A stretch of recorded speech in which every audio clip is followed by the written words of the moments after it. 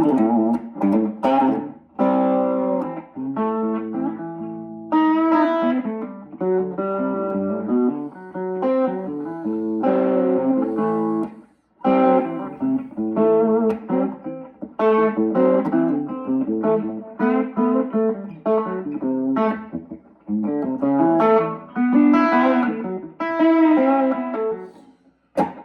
play a little tune for you here.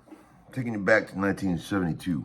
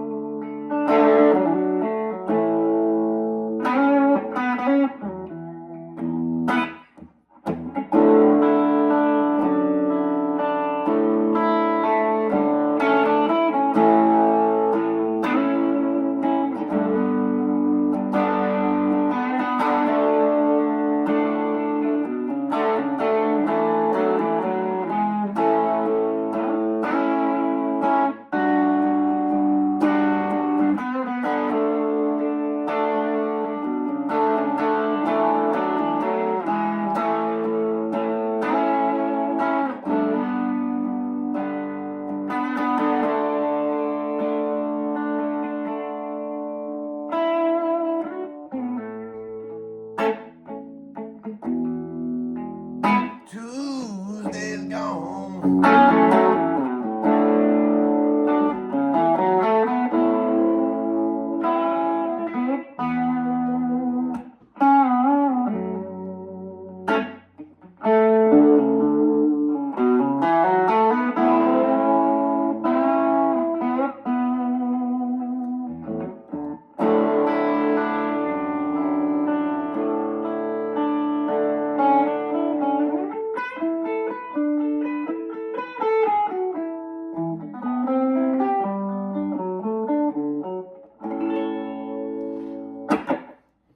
Remember that one? Amazing Mellotron musings by Roosevelt Gook on that one. How's everybody doing out there? It's just Larry. Old Uncle Larry. Checking in on a Sunday with no football, which sucks.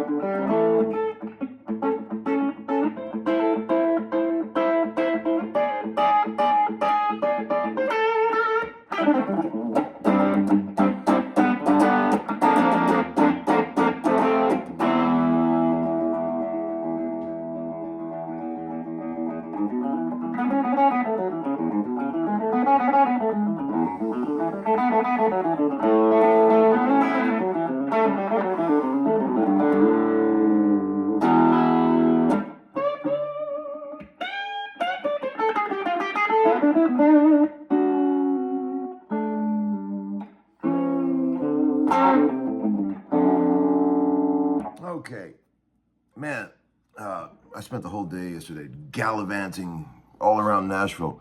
You know, it's a big deal for old Larry to get out. He doesn't get out much, you know, but I didn't have the kids yesterday, so let's see. When I started at Groon's, I started at Brett Papa's. I went over to Brett's and we filmed. Well, we're not filming yet, but we're just making a bunch of tracks for upcoming video subscription series.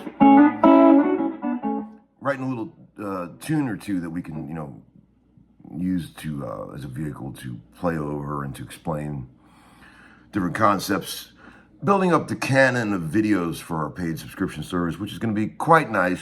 I'm really excited about it. I was a little nervous about it at first because it's a big undertaking, but I think it's going to be really fun. And Brett's very cool and easy to work with, and I think it's a good thing. Things are all headed in the right direction, I say. And then after that, I popped over to Groons and I saw all the lads. It's always great going there on a Saturday, the vibe is great. Saw Sweet Greggy and Gustavo, dear Gustavo, put this old horseshoe Bigbsy on my chopper 62 Crestwood. And man, what a great addition to this. This guitar was already amazing. And I've had this old Bigbsy for a long time, and I've been waiting for the right moment. And look how many holes. This thing has more holes than Bonnie and Clyde's car. Look at this thing. Total chopper. But man, is it amazing. I mean, dig this.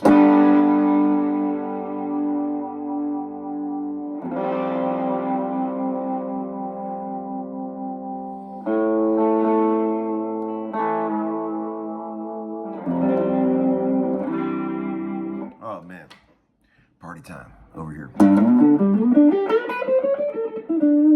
I love these pickups, man. These old mini humbuckers, the 62, the original. This is about the only thing left original on this guitar. But damn, they sound good. Big fan of this instrument. It's about 5 pounds, even with a Bigbsy. Nice guitar. Fun to play. Then I went out, and after that, I went and saw Nikki G play at this place called the East Side Bowl, which is a great venue over in East Nashville. Really nice bowling alley that's got some bars in it and stuff. And man, Nikki G was cooking with an old soul review. Him and Robert Kearns and Audley Freed, who are some of my favorite people. I mean, Robert Kearns, the bass player, you guys know him? What a sweetheart. God, love that dude. They were up there, they were cooking, and they played a couple sets, and it started out kind of chill, but you know how like on a club gig, about, a third of the way or 2/3 of the way through the gig, you can just feel the whole room just combust. Everybody was kind of, getting drunked up, and all of a sudden, man, they kicked into, how can I get you love when you keep on snatching it back? And then they did Funky Broadway, and the crowd just went crazy, man. People were dancing like fucking having a ball, and Robert Kearns was kicking ass on that bass part. Man, it was fun. Good time. I didn't get up and play or nothing, but I didn't care because I was just really digging watching them, It was fun. Yeah, I mean, what's in your wallet?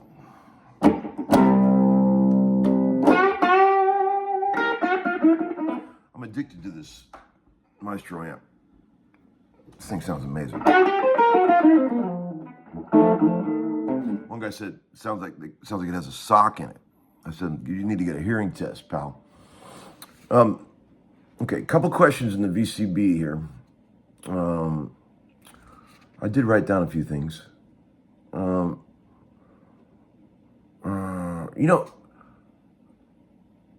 was thinking about something, I was going to tell you. Are you guys like this? After all these years of buying and selling guitars, man, my addiction and illness level is off the charts, always has been. But it's calmed down a good bit these days, and I rarely ever see anything anymore that I just go, yes, I'd love to buy that. It's my tolerance is pretty high at this point. Like I walked around that entire giant guitar show when I was out in Anaheim at the Three Amigos show, and there was like 1 million guitars and amps in there, and like I can walk through a place like that probably the way like an interior designer walks through an antique store. Like I'll walk through there and look at all these instruments and stuff, but it takes a lot for something to call my name and go, come over here and look at me,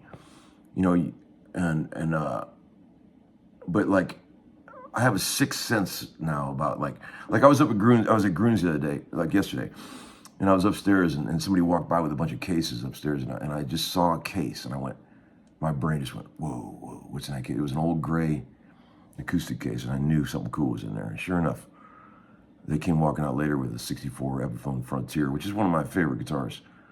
And I was like, wow, that is amazing. So I'm going to try to figure out a way to put that one on the list.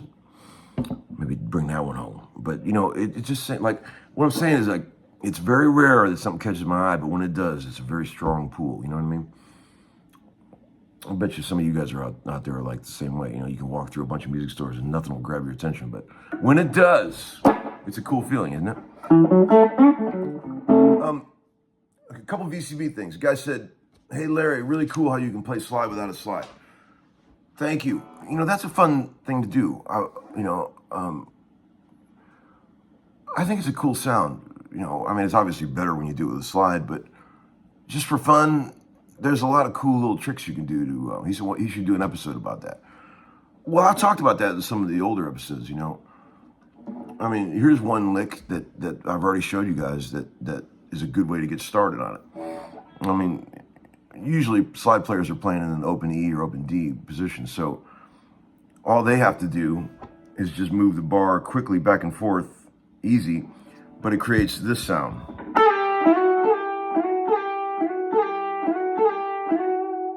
Right?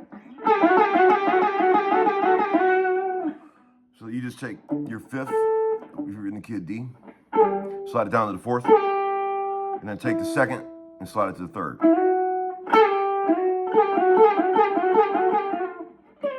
You can do that everywhere.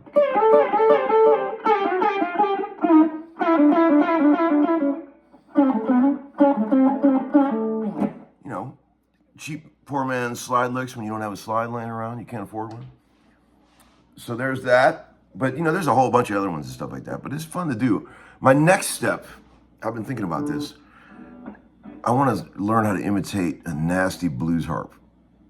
Like, there's a bunch of great old records that have these, because blues harps play notes that guitar players do not play. Like, there are built-in note phrasings in nasty blues harp that are so counterintuitive for guitar players. Just the note choice, the way they jump up and down triads is not very guitaristic. But I've goofed with it a little bit in the past, and if you can really imitate the sound of a nasty blues harp with a guitar, but it's a whole different thing. I'm gonna get into that later, and I'll show you some of that once I figure it out. But I'm gonna do that. That's my next step. And then I'm gonna learn how to play the trombone. And then I'm gonna get some nice Tupperware, because I don't have, and then I'll be happy. Okay, so, VCB. Hey, Larry, back in your wedding band days, in your club gigs, like your society gigs, which I did plenty of, believe me, what song did you hate playing the most? Oh, dude, hell yes. We all have scars from that. Every musician, any lifer musician is going to have scars of playing horrible cover songs on terrible society gigs. I think my worst is having to play Twist and Shout in bad wedding bands. It is the ultimate you are nobody moment in life when you have to play Twist and Shout in a tux. And nobody can sing the backup parts good in the band. And oh God, the memories I have of that are just so painful. I like when the Beatles do it, Twist and Shout, but man, I don't like it when a wedding band has to do that. Oh Lord, I actually really don't even like it when the Beatles do it, to be honest. I'm sick of that song. Are you with me on this? Okay, Larry, why is the G string on a guitar always out of tune? See, I hear people say this type of stuff all the time. Why is the G string? What are you guys talking about? I don't agree with any of that. I don't think the G string is any more prone to going out of tune than any of the other strings. Why do people say that? I've never had that experience.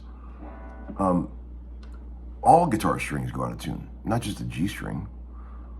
it's no more susceptible to going out of tune than any of those strings, in my humble opinion. And again, if a guitar is set up correctly and the nut is fouled right, then they don't go out of tune at all. So when your guitar is going out of tune all the time, it's not the instrument's fault. It's your fault, because you haven't found the right guy to work on it. Find the right guy to work on it, we're not even going to be having this conversation. Okay? Hey, Larry, you are approaching 100,000 subscribers. Am I? Let's see how many we got now. Here, let's look. Let's see here.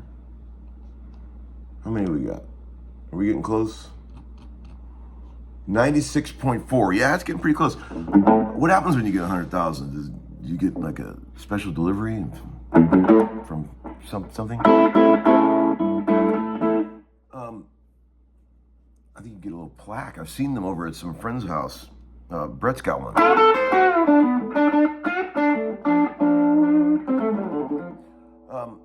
Yeah, that'd be fun. We'll have a little party or something.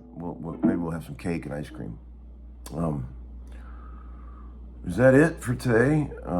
I think so. I can't see anything else worth mentioning. How about that tone of that guitar on Tuesday's Gone, on the intro? With the PV amp phaser on it. I always assumed that's what it was, because those PV amps in that era had the built-in phaser. And I can't imagine Leonard Skinner ever using any kind of pedal, like in those days.